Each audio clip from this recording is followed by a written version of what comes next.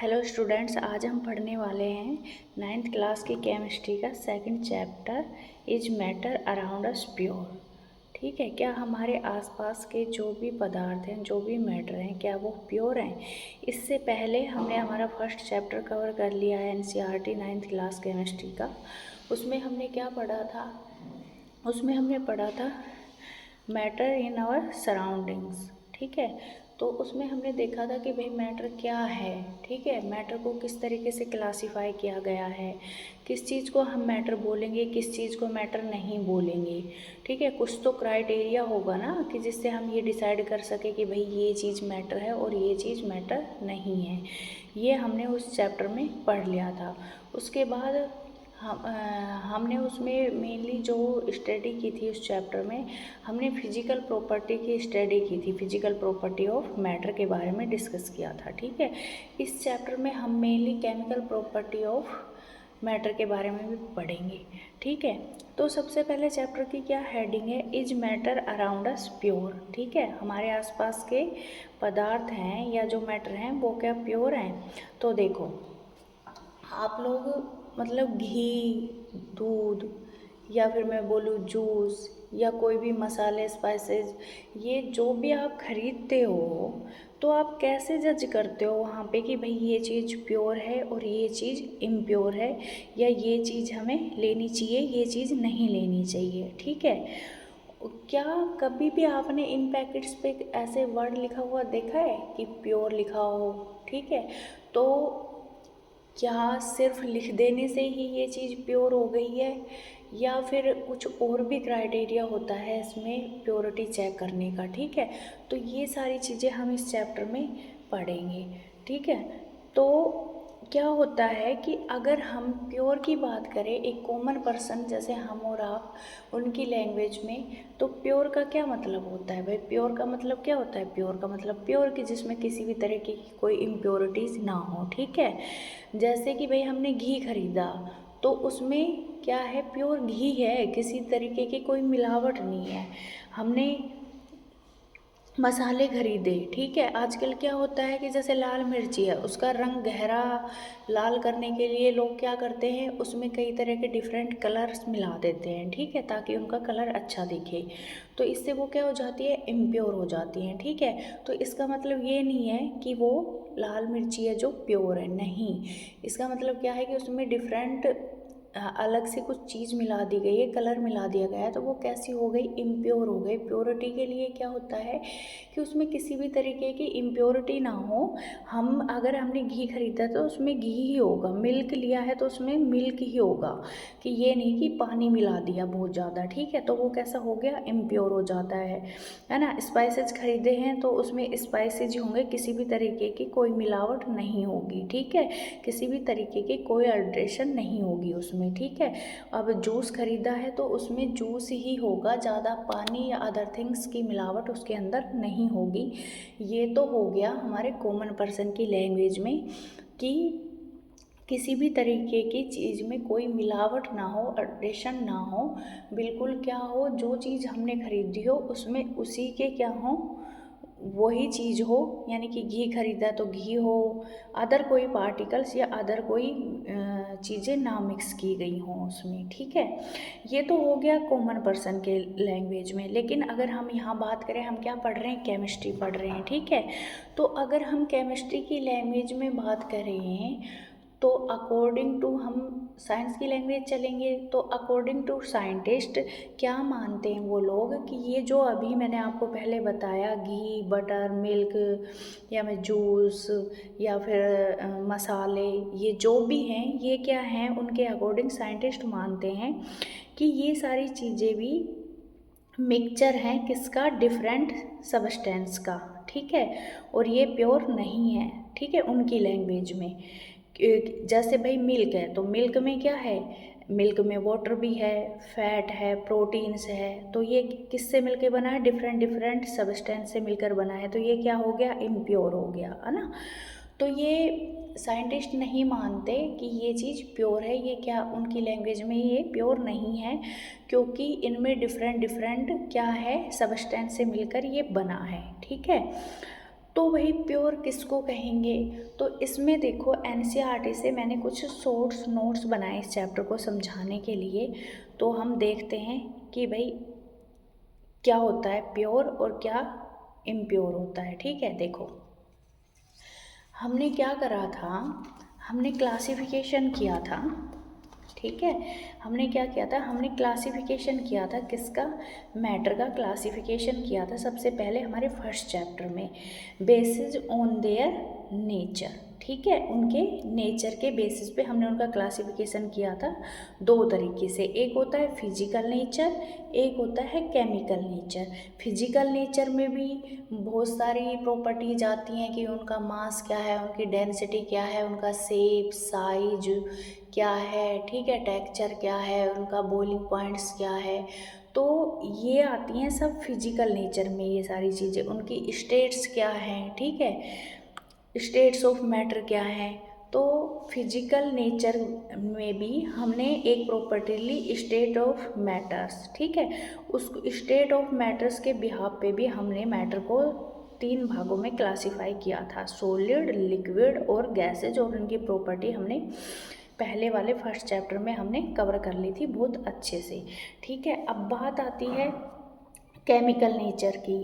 Chemical nature में हम पढ़ते हैं केमिकल रिएक्शंस हो गए, है ना, एसिडिटी, उनकी बेसिसिटी, है ना, वो रिएक्शन करके आपस में मैटर, क्या नया मैटर बनाते हैं या क्या नया कंपाउंड्स बनता है। तो उनके बेसिस पे हमने इसको किस पे क्लासिफाई किया, केमिकल नेचर में। ठीक है, अब देखो केमिकल नेचर के बिहाफ पे हमने आगे मैटर को 2 टाइप से क्लासिफाई किया है, एक होता है प्योर, एक होता है मिक्सचर। ठीक है, मिक्सचर को हम बोल सकते हैं अदर वर्ड्स में इम्प्योर सब्सटेंस। ठीक है, क्योंकि वो डिफरेंट सब्सटेंस का क्या है, मिक्सचर है, तो वो क्या हो गया, इम्प्योर हो गया, वो प्योर नहीं है। तो प्योर किसको बोलेंगे हम, प्योर उसको बोलेंगे कि जिसमें एक ही तरीके के पार्टिकल्स प्रेजेंट हों। ठीक है, तो क्या है, all the constituents particles of that substance are the same in their chemical nature, यानी कि जो भी कॉन्स्टिट्यूएंट पार्टिकल्स उस सब्सटेंस के अंदर प्रेजेंट हैं उनका केमिकल नेचर कैसा होना चाहिए, सेम होना चाहिए, है ना। और a pure substance consist of a single type of particles, यानी कि एक प्योर सब्सटेंस जो होगा उसके अंदर एक single type of particles present होंगे। ठीक है, इनमें किसी भी तरीके की वैरायटी नहीं मिलेगी, एक single type of particles present होगा प्योर सब्सटेंस के अंदर।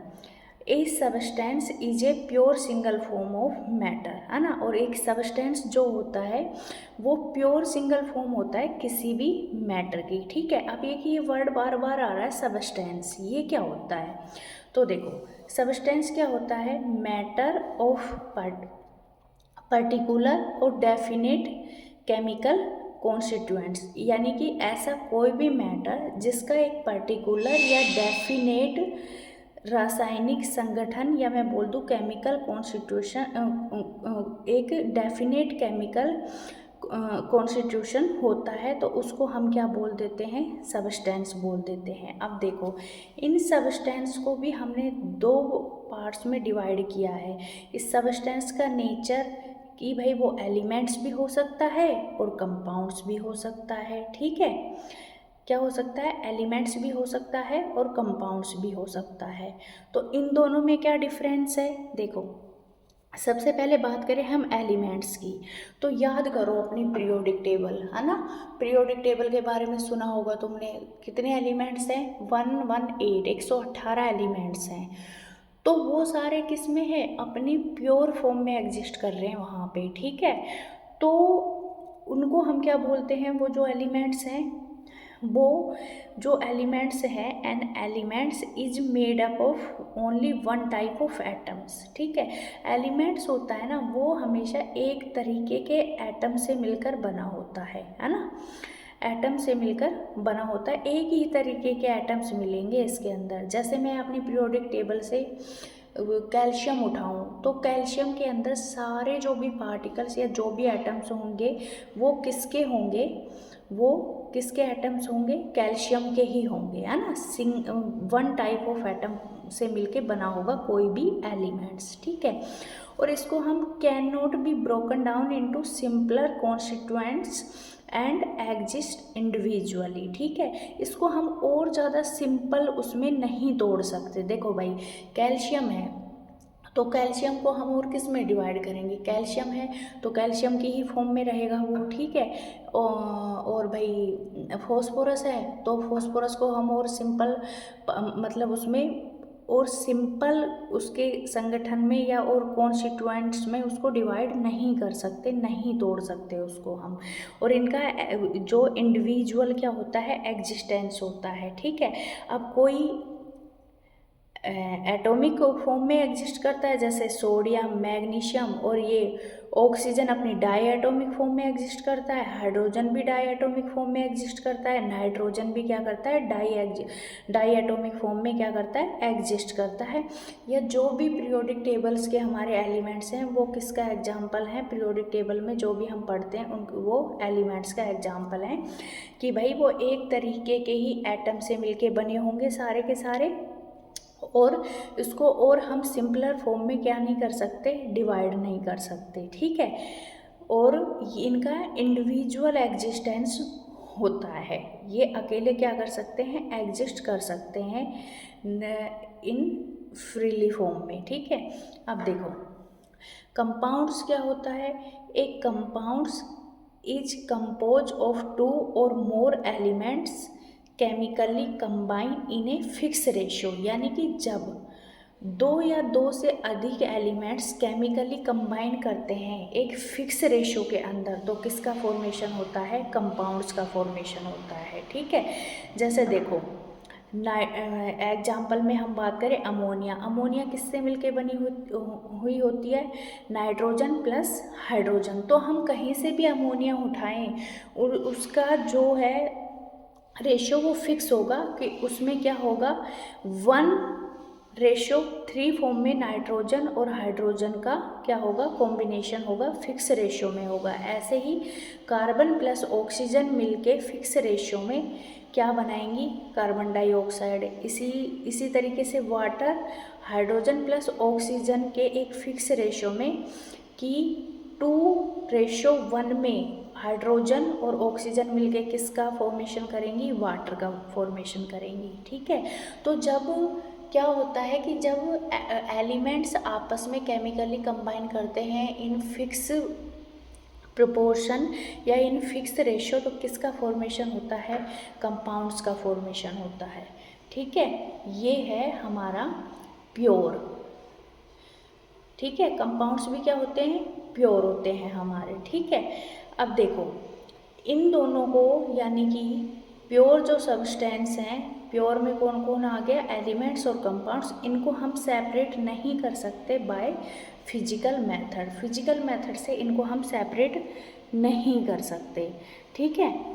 जैसे कि फिजिकल मेथड की बात करूँ तो जैसे इवोपरेशन, फिल्ट्रेशन, सेडिमेंटेशन, क्या इनसे हम इनको अलग कर सकते हैं, नहीं, ठीक है। तो इनको हम फिजिकली मेथड से अलग नहीं कर सकते, किसको, एलिमेंट्स या कंपाउंड्स को, या मैं बोलूँ प्योर मैटर को या प्योर सब्सटेंस को, ठीक है। अब बात करते हैं हम किसकी, मिक्सचर की, ठीक है। मिक्सचर क्या होता है, देखो क्या हमारे आसपास जितने भी मैटर हैं क्या सबके सब वो प्योर फॉर्म में एग्जिस्ट करते हैं, नहीं, कुछ कुछ किस में होते हैं, मिक्सचर्स की फॉर्म में होते हैं, ठीक है। तो ये मिक्सचर्स क्या होता है, it is impure substance made up of 2 or more elements और compounds mix together in any proportion, यानी कि जब भी हम 2 या 2 से अधिक एलिमेंट्स या कंपाउंड्स को किसी भी प्रोपोर्शन में उठा के मिला दें कि उनका फिक्स रेशो ना रहे, तो उससे क्या बन जाता है, हमारा मिक्सचर बन जाता है, ठीक है। और it is separated by physical method, और इसको हम किससे अलग कर सकते हैं, फिजिकल मेथड, जैसे फिल्ट्रेशन, सेडिमेंटेशन, इवोपरेशन के थ्रू हम इनको क्या कर सकते हैं, अलग कर सकते हैं, सेपरेट कर सकते हैं। अब देखो मिक्सचर के एग्जाम्पल, वाटर प्लस सॉल्ट, हमने पानी के अंदर क्या मिलाया, सोल्ट। सोल्ट का क्या फॉर्मूला होता है, NaCl, ठीक है। इसको हम क्या बोलते हैं, कॉमन सोल्ट बोलते हैं। तो देखो वाटर एक अलग है, कंपाउंड्स है, सोल्ट एक अलग है, और दोनों को मिला दिया किसी भी प्रोपोर्शन में तो वो क्या बन गया, एक मिक्सचर बन गया, ठीक है। ऐसा तो नहीं है ना कि वाटर और सोल्ट को मिला देने से उनके बीच में कोई रिएक्शन हो गई और एक नीवी कंपाउंड्स बन गया, नहीं, ऐसा कुछ नहीं है। वाटर और सोल्ट को मिला देने से क्या बन गया, वाटर और सोल्ट को जब मिला देते हैं तो मिक्सचर बन जाता है। उनका जो नेचर होता है वो मिक्सचर में भी क्या रहता है, सेम रहता है, ना कि कोई अदर कंपाउंड्स या अदर सब्सटेंस बन जाता है, ठीक है। तो वाटर प्लस साल्ट को मिलाया तो क्या बन गया, एक तरीके से एक मिक्सचर बन गया। इसी तरह से वाटर प्लस शुगर को मिला दो तो क्या बन जाता है, ये भी एक तरीके का मिक्सचर ही बन जाता है, ठीक है। और इससे कोई अदर कंपाउंड्स का फॉर्मेशन नहीं हो रहा है कि भाई इन दोनों ने रिएक्शन कर लिया और कुछ नया ही बना दिया, नहीं, ये अभी भी अपने उसी किस में है, उसका नेचर क्या है मिक्सचर का, सेम, ये कोई नया कंपाउंड्स नहीं बना है, ठीक है। तो क्या होता है कि मिक्सचर के अंदर भी क्या होता है कि more than one pure substance present होता है। देखो वाटर एक क्या है, कंपाउंड्स है ना, सोल्ट भी क्या है, एक प्योर क्या है, एक प्योर कंपाउंड्स है सोल्ट, है ना। तो इसका क्या मतलब हुआ, NaCl एक कंपाउंड्स है जो sodium plus sodium ion plus chloride ion से मिलके बना हुआ है सोल्ट, ठीक है। तो अगर हम यहाँ पे सोडियम अकेले की बात करें तो ये क्या है, एक एलिमेंट है ना, और क्लोरीन भी क्या है, एक एलिमेंट है ना।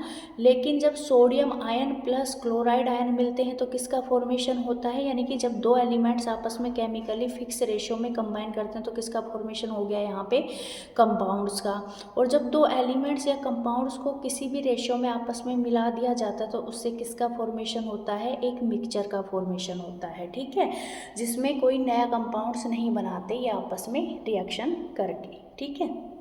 तो इस तरीके से इसमें क्या होता है, मोर देन वन प्योर, ये भी प्योर फॉर्म में है अपनी, ये भी प्योर में है, इधर ये भी प्योर फॉर्म में, ये भी प्योर फॉर्म में, तो इन दोनों को मिला दिया गया तो ये क्या बन गया, मिक्सचर बन गया, ठीक है। अब देखो depending upon the nature of the components that form A mixtures, यानी कि कंपोनेंट्स के नेचर को लेकर जो कि मिक्सचर्स बनाते हैं उनको हमने कितने पार्ट्स में डिवाइड किया है, मिक्सचर्स को डिवाइड इनटू टू टाइप्स, ठीक है, दो तरीके से डिवाइड किया है, एक होता है होमोजीनियस, एक होता है हेट्रोजीनियस, ठीक है।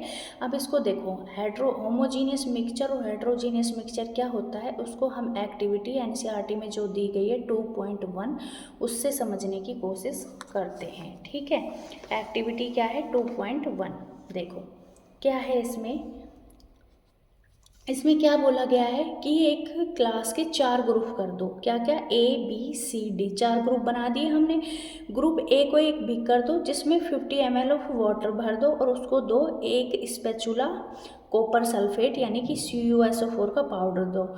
ग्रुप बी को भी 50 ml ऑफ वाटर दो और 2 स्पैचुला ऑफ कॉपर सल्फेट का पाउडर दो, है ना। ग्रुप सी और डी को भी क्या करो, different amounts of copper sulphate and potassium permanganate, या फिर हम पोटेशियम परमंगनेट नहीं है, KMnO4 नहीं है तो उसकी जगह क्या ले सकते हैं, कॉमन सॉल्ट, या मैं बोल दूँ NaCl या सोडियम क्लोराइड ले सकते हैं, और उनको आपस में क्या कर दो, मिक्स कर दो दोनों को, ठीक है। अब देखो, अब ऑब्जर्व करो कि तुम्हें उसके कलर या टेक्सचर्स में क्या क्या ऑब्जर्वेशन या आप क्या क्या ऑब्जर्व करते हो। तो देखो ग्रुप ए और बी में जिसमें हमने ए को क्या दिया था, एक स्पैचुला ऑफ CuSO4 दिया था ग्रुप ए को, और ग्रुप बी को हमने क्या दिया था, 2 स्पैचुला ऑफ CuSO4 पाउडर दिया था, और दोनों को ही क्या दिया था, 50 ml ऑफ वाटर दिया था, ठीक है। तो अब क्या करा हमने, दोनों को ही एक स्पैचुला और 2 स्पैचुला दोनों को ही हमने अलग अलग बीकर 50 ml ऑफ वाटर में मिलाया। तो तुम क्या देखते हो कि वो CuSO4 जो हमने मिलाया वो क्या हो जाता है, थ्रू आउट द सॉल्यूशन या थ्रू आउट द मिक्सचर एक यूनिफॉर्म कंपोजिशन मिलता है हमें उसका, यानी कि वो अच्छे से क्या हो जाता है, डिजोल्व हो जाता है ग्रुप ए और बी के पास में जो हमने मिक्सचर्स दिया था। तो इस तरीके के मिक्सचर्स को हम क्या कहते हैं, होमोजीनियस मिक्सचर्स कहते हैं, ठीक है, या होमोजीनियस सॉल्यूशन कहते हैं कि जब कोई भी, जैसे वाटर में हमने CuSO4 मिलाया और वो थ्रू आउट द सॉल्यूशन उसका कंपोजिशन यूनिफॉर्म यानी कि एक जैसा रहा पूरे सॉल्यूशन में, तो उसको हम बोलते हैं होमोजीनियस सॉल्यूशन या होमोजीनियस मिक्सचर। इसके कुछ और एग्जाम्पल भी हो सकते हैं, जैसे सोल्ट को हमने किस में डिजोल्व किया, वाटर में, ठीक है, या शुगर को हमने किस में डिजोल्व किया, शुगर को हमने डिजोल्व किया वाटर के अंदर। तो अब ऐसा तो है नहीं कि आपने ग्लास के एक कोने से या बीकर के एक कोने से सोल्ट सॉल्यूशन लिया और उसका टेस्ट किया तो उसका अलग अलग टेस्ट आ रहा है, नहीं, पूरे सॉल्यूशन में जो टेस्ट है वो कैसा आएगा, सेम आएगा, ठीक है, एक जैसा रहेगा, है ना। और ग्रुप ए और ग्रुप बी, क्योंकि ग्रुप ए के पास एक स्पैचुला ऑफ CuSO4 था 50 ml ऑफ वाटर में, और ग्रुप बी के पास 2 स्पैचुला ऑफ CuSO4 सॉल्यूशन था इन 50 ml वाटर में।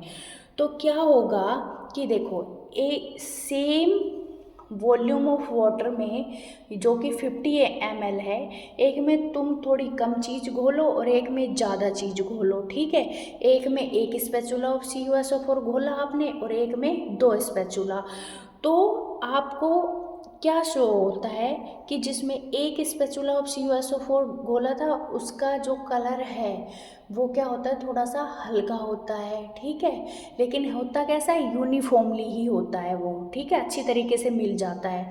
और दूसरा थोड़ा तेज, या मैं बोल दूं कि थोड़ा ज़्यादा कलर आता है उसका, क्योंकि उसमें हमने उसी सेम वॉल्यूम ऑफ वाटर में 2 स्पैचुला ऑफ CuSO4 डाला, ठीक है, इससे क्या हुआ कि उसका कलर तेज आया। तो इससे वो भी क्या है, मिला हुआ तो अच्छी तरीके से ये, यानी कि थ्रू आउट द सॉल्यूशन उसका जो कंपोजिशन है वो यूनिफॉर्मली क्या हुआ है, मिला हुआ है उसके अंदर, ठीक है तो वो भी कैसा solution, homogeneous solution.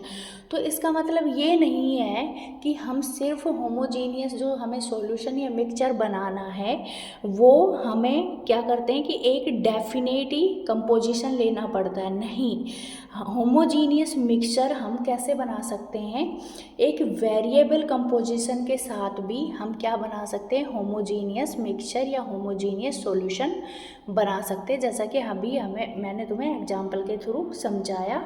50 ml water में एक स्पैचुला ऑफ CuSO4 और 50 ml ऑफ वाटर में 2 स्पैचुला ऑफ CuSO4, तो यहाँ पे इनका कंपोजिशन कैसा हो गया, वेरिएबल हो गया, ओके। तो हम होमोजीनियस मिक्सचर वेरिएबल कंपोजिशन के साथ भी बना सकते हैं, ठीक है।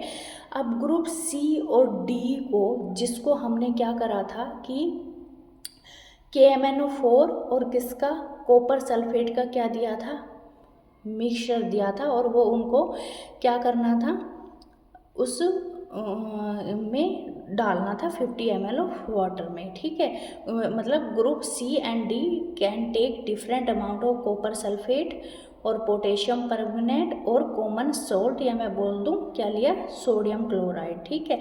अब उनका मिक्सचर दिया हमने, तो देखो हमें क्या दिखता है कि उसमें हमें KMnO4 और जो हमारा कॉपर सल्फेट है उसके जो पार्टिकल्स हैं वो यूनिफॉर्मली नहीं है, यूनिफॉर्म कंपोजिशन नहीं है उसका, वो नॉन यूनिफॉर्म कंपोजिशन है ना, यानी कि कहीं ज़्यादा है और कहीं क्या है, कम है, ठीक है। तो इस तरीके के मिक्सचर्स को हम क्या बोल देते हैं, हेट्रोजीनियस मिक्सचर्स बोलेंगे, ठीक है ना। अब इसके अदर एग्जांपल्स हो सकते हैं कि आप क्या करो, सोडियम क्लोराइड और प्लस आयरन फीलिंग्स ले लो, ठीक है, सोल्ट प्लस सल्फर ले लो, ऑयल प्लस वाटर ले लो, क्योंकि ऑयल और वाटर की डेंसिटी में क्या होता है, डिफरेंस होता है, ऑयल कम डेंस होता है एज कंपेयर टू वाटर, तो ऑयल फ्लोट करेगा किसके ऊपर, वाटर के ऊपर। तो ये कैसा मिक्सचर हो गया हमारा, हेट्रोजीनियस मिक्सचर, ठीक है। तो होमोजीनियस और हेट्रोजीनियस में क्या क्या डिफरेंस होता है, इसको मैं अभी एक नोट्स की हेल्प से समझा रही हूँ, ठीक है। देखो, होमोजीनियस में अभी हमने एक्टिविटी के थ्रू समझा कि होमोजीनियस में क्या था कि those mixture which have uniform composition through out the mixtures, है ना, पूरे मतलब मिक्सचर्स के अंदर या पूरे सॉल्यूशन के अंदर उनकी जो है, मैं बोल दूँ एक तरीके से कंसंट्रेशन, या वो पूरे पानी के अंदर एक तरीके से या एक तरह से अच्छी तरह से क्या हो गए, घुल गए हैं, उसके अंदर डिजोल्व हो जाते हैं, है ना।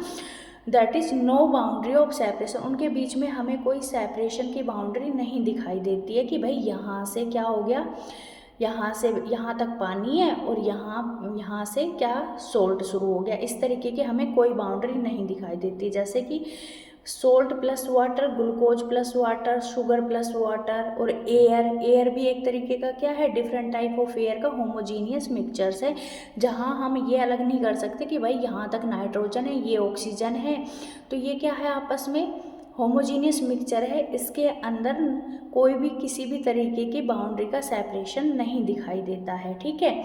और homogeneous mixture can have a variable composition, है ना, वेरिएबल कंपोजिशन हो सकता है होमोजीनियस मिक्सचर में भी, बट वो मिला कैसे होगा, अच्छी तरीके से डिजोल्व होगा, यूनिफॉर्मली डिजोल्व होगा, ठीक है। जैसे कि अभी हमें समझाया था एग्जाम्पल से, CuSO4 का एग्जाम्पल दे के मैंने तुम्हें, ठीक है।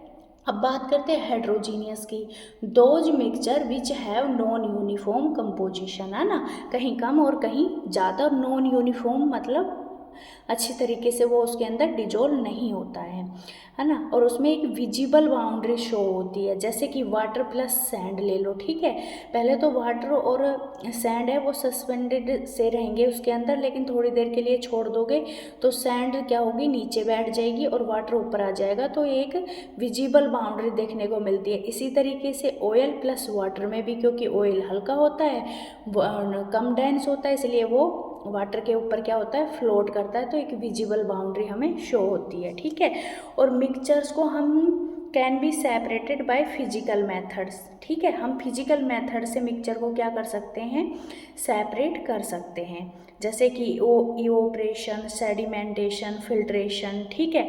अब देखो सेडिमेंटेशन जैसे वाटर प्लस सैंड, तो थोड़ी देर के लिए उनको छोड़ दो अनडिस्टर्ब, मिट्टी नीचे बैठ जाएगी और पानी ऊपर आ जाएगा। इसी तरीके से इवोपरेशन के थ्रू कैसे कि वाटर में सोल्ट घुला हुआ है तो उसको इवोपरेट कर दो, गर्म कर दो, तो पानी उड़ जाएगा और सोल्ट मिल जाएगा हमें। इसी तरीके से शुगर को हम कर सकते हैं।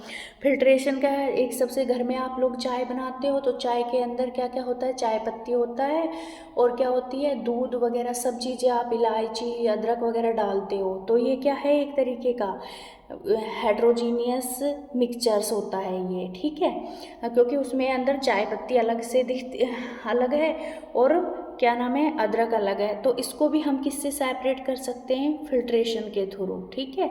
फिल्ट्रेशन के थ्रू हम चाय पत्ती, अदरक, इलायची वगैरह को अलग छान लेते हैं और चाय हमारी अलग छन जाती है।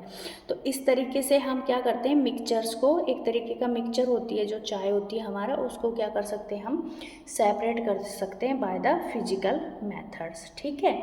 अब ये बात हुई होमोजीनियस और हेट्रोजीनियस मिक्सचर्स की।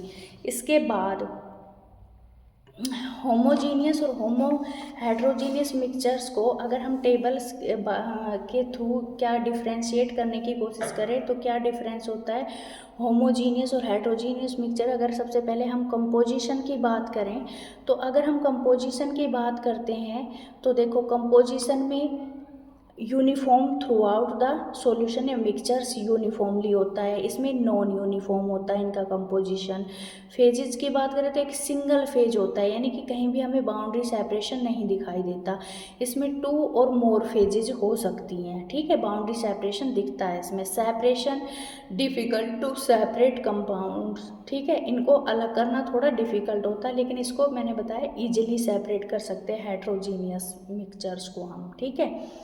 अपीयरेंस की बात करें तो components can not be seen with necked आई, क्योंकि छोटे छोटे पार्टिकल्स होते हैं इसको हम नेक्ड आई से नहीं देख सकते। जैसे शुगर प्लस वाटर में क्या आप बता सकते हो शुगर के पार्टिकल्स हमें दिखते हैं? नहीं। एयर के पार्टिकल्स दिखते हैं? नहीं दिखते। और इसमें हेट्रोजीनियस में components can be seen with necked आई, कि इसके हम नेक्ड आई के थ्रू देख सकते हैं। जैसे oil plus water, salt plus paper, है ना। या फिर मैं बोल दूँ कि जैसे मैंने चाय पत्ती में चाय पत्ती अलग होती है और चाय अलग हो जाती है, तो इसी तरीके से ये क्या है, हम नेक्ड आई से इनको देख सकते हैं। अब बात करते हैं डिफरेंस इन बिटवीन। हमने कंपाउंड्स और मिक्सचर्स भी पढ़ा है, तो इन दोनों में क्या डिफरेंस होता है, कंपाउंड्स और किसमें, मिक्सचर्स के अंदर। ठीक है, तो देखो सबसे पहले तो हमारे एलिमेंट्स या पीरियोडिक टेबल की अगर मैं बात करूं तो उसके अंदर देखो hydrogen, helium, lithium, beryllium, boron, carbon, nitrogen, oxygen, fluorine, neon, ये सब क्या है, हमारे एलिमेंट्स हैं। देखिए 118 एलिमेंट्स हैं हमारे किसमें, पीरियोडिक टेबल में। और एलिमेंट्स जब आपस में फिक्स रेशियो में कंबाइंड होते हैं तो वो क्या बनाते हैं, कंपाउंड्स बनाते हैं। और मिक्सचर के लिए कोई फिक्स प्रोपोर्शन या फिक्स रेशियो नहीं होता है। तो देखो कंपाउंड्स क्या होता है, pure substance form when 2 or more elements are combined chemically in a fix ratio by mass. ठीक है, कि जब प्योर सब्सटेंस आपस में क्या करते हैं, 2 और मोर देन 2 एलिमेंट्स आपस में केमिकली कंबाइन करते हैं in a fix ratio by mass, तो उससे हमारे कंपाउंड्स का क्या होता है, डेवलपमेंट या कंपाउंड्स बनता है। जैसे हाइड्रोजन प्लस ऑक्सीजन मिलके क्या बनाते हैं, वाटर बनाते हैं। तो ये किसका फॉर्मेशन हो गया, 2 एलिमेंट्स आपस में कंबाइन करें और वाटर का फॉर्मेशन हो गया। ठीक है, mixture it is form when 2 or more substance are simply, ठीक है, mix in any proportion and no new compounds is formed. किसी भी तरीके का कोई न्यू कंपाउंड्स का फॉर्मेशन नहीं होता। देखो यहाँ पे हाइड्रोजन प्लस ऑक्सीजन को हमने मिलाया था तो यहाँ पे क्या बन गया था, वाटर बन गया था। जबकि यहाँ पे sugar plus salt plus water को मिलाएंगे तो हमें किसी भी तरीके का कोई भी नया कंपाउंड्स नहीं फॉर्म होगा या फॉर्मेशन, नए कंपाउंड्स की फॉर्मेशन नहीं होती है। Compounds are always homogeneous uniform composition, ठीक है। और मिक्सचर में भी होमोजीनियस और हेट्रोजीनियस, जैसे कि अभी हमने देखा था। और हैव वेरिएबल कंपोजिशन, ठीक है, वेरिएबल कंपोजिशन भी हो सकता है, किसी में ज़्यादा हो सकता है, किसी में कम हो सकता है। CuSO4 का एग्जाम्पल लेके मैंने समझाया था कि एक में 1 spatula of CuSO4 50 ml of water में, और एक में 2 spatula of CuSO4 in 50 ml water. तो वेरिएबल कंपोजिशन हो गया। Energy changes occurs in form of heat, light, है ना। इसके अंदर क्या होती है, एनर्जी चेंजेज होती है। जैसे देखो हमें क्या करना है, वाटर से मतलब क्या करना है, हाइड्रोजन प्लस ऑक्सीजन से वाटर बनाना है, या वाटर को तोड़ना हाइड्रोजन प्लस ऑक्सीजन में, तो उसका क्या करना पड़ेगा, इलेक्ट्रोलाइसिस करना पड़ेगा। या मैं बोल दूं कि हमें क्या करना पड़ेगा, बिजली के झटके देने पड़ेंगे, तो वो किस फॉर्म में टूट जाएगा, हाइड्रोजन प्लस ऑक्सीजन की में। जबकि यहाँ पे no energy change is observe in mixture formation, यहाँ पे किसी भी तरीके की कोई एनर्जी चेंज नहीं होता है।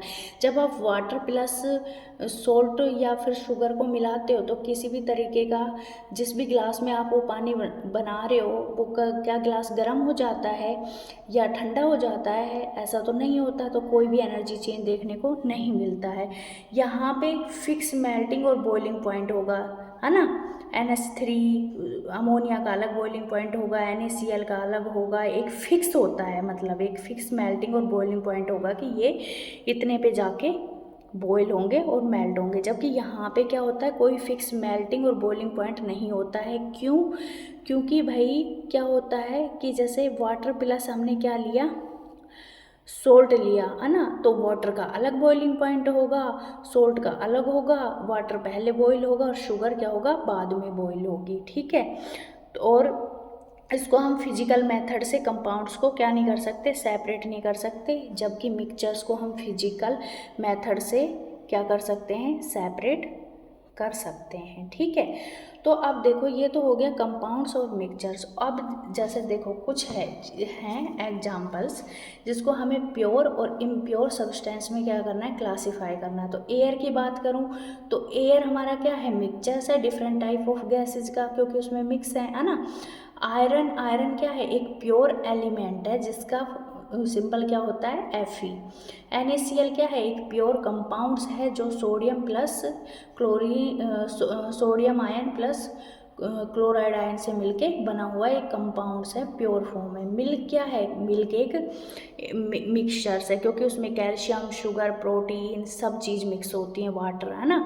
लेड जिसका सिंपल क्या होता है, Pba, एक तरीके का प्योर है एलिमेंट्स है ना। 22 कैरेट गोल्ड है ना, 24 कैरेट गोल्ड जो होता है वो बिल्कुल प्योर होता है, लेकिन मैं बात करूँ 22 कैरेट ऑफ गोल्ड की, तो 24 कैरेट ऑफ गोल्ड इतना मतलब इतना मुलायम और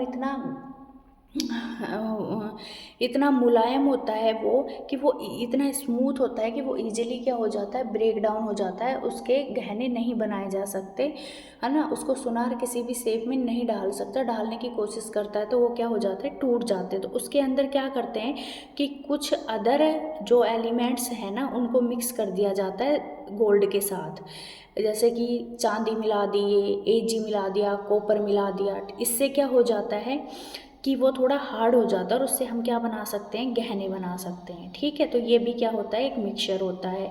शुगर सॉल्यूशन भी एक मिक्सचर होता है जिसमें वाटर प्लस शुगर होता है। ठीक है, तो ये था हमारा इसके बेसिस पे कि प्योर और इम्प्योर का क्लासिफिकेशन किया हमने कि प्योर क्या होता है, इम्प्योर क्या होता है। ठीक है, इसके बाद हमने मिक्सचर का क्लासिफिकेशन किया है ना, हेट्रोजीनस और होमोजीनस में।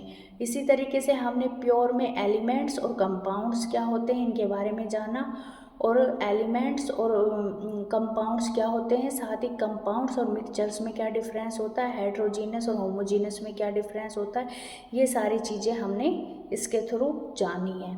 ठीक है, इस वीडियो के थ्रू आगे हम NCERT की एक नेक्स्ट एक्टिविटी से शुरू करेंगे जिसमें हम आगे के चैप्टर्स के बारे में जानेंगे। ठीक है, तब तक के लिए धन्यवाद।